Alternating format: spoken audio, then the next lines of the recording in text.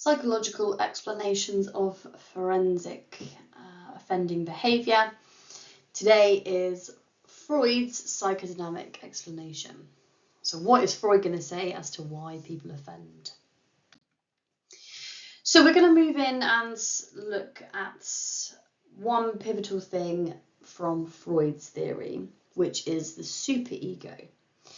Now, Blackburn, who's a Freudian, argued that our superego, the morality principle, if that doesn't function as it should, the id is not controlled, and this can lead to offending behaviour.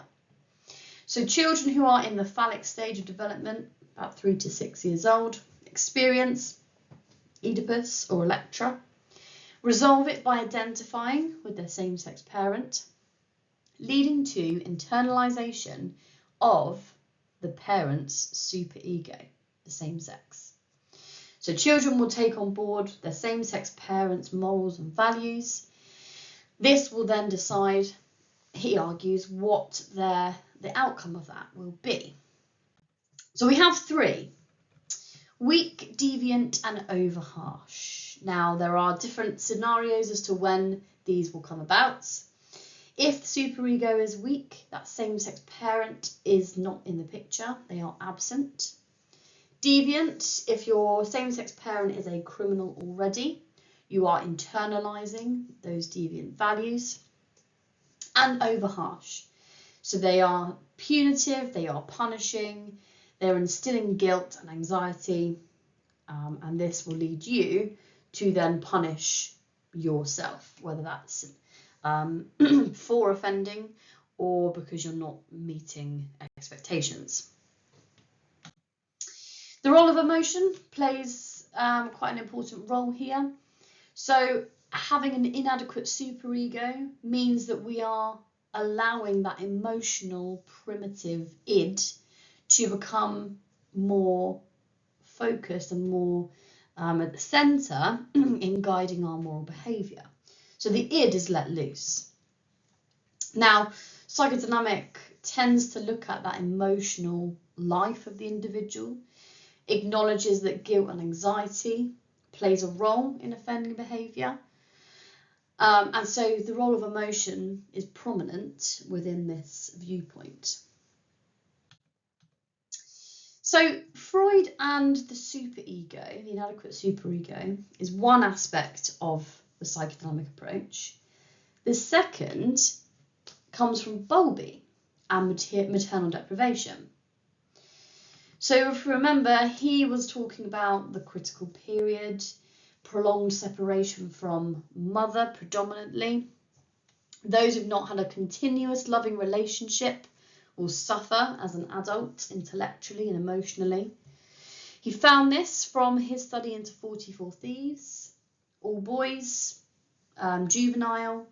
14 of the sample had what he called affectionless psychopathy, which is where you have a lack of guilt, a lack of empathy, and this will affect, he argued, your ability to form healthy relationships. 14 isn't a lot, but of that 14, 12 had this prolonged separation. So they were away consistently from their mum in infancy. The first 2 years, that critical period is important. And he said that maternal deprivation causes affectionless psychopathy. Now, lots of holes in this. We've got issues with the fact that researcher bias, he came up with this idea and he studied it. Gender bias, there's only boys in this sample. It's not that proportion, it's not a massive percentage of those that had affectionless psychopathy. This was very correlational. So if you had this deprivation, he said it directly caused psychopathy. Lots of issues. It was self-report. They interviewed parents, interviewed the thieves. And so it's quite, there might be some playing it up or dumbing it down. So that all counts as AO1. There's a consolidation activity with Jim here. So just saying, well, which of these, how does the superego explain it? How does maternal deprivation explain it? Good bit of AO2 practice.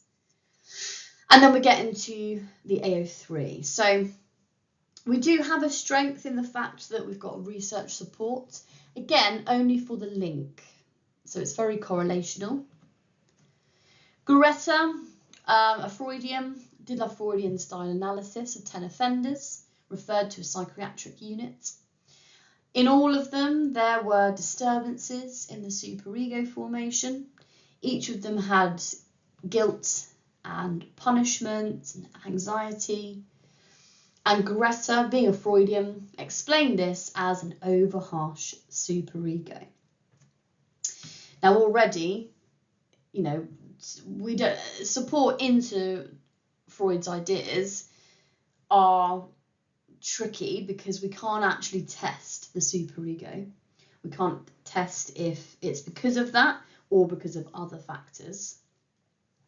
We can say, well, this is showing evidence of what Blackburn believed about this overharsh superego, but it's really hard to scientifically test it.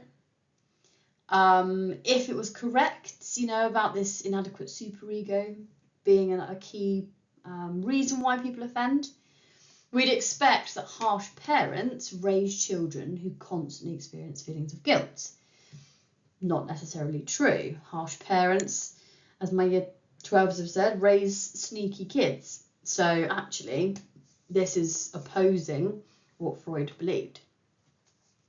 So it does call into question having, you know, if you've got a strict parent, does that automatically lead to feelings of guilt? Not really. And we can't test the idea of the superego. Secondly, with Freud, we can come back to a gender bias.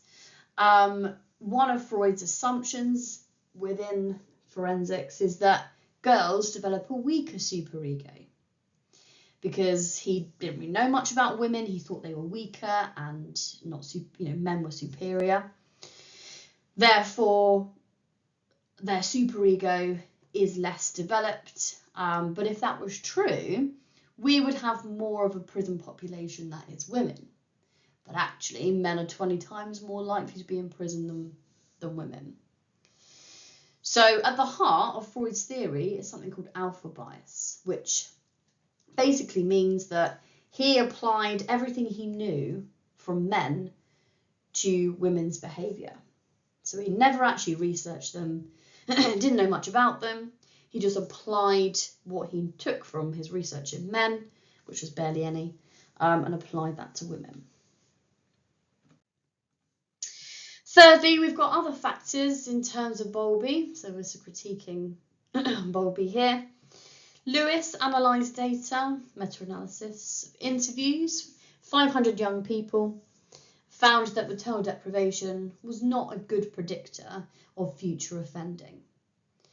You know, there's going to be lots of things that will affect offending, whether that's peer group, poverty, education. It's very causal, very correlational to almost blame that prolonged separation as being a reason why.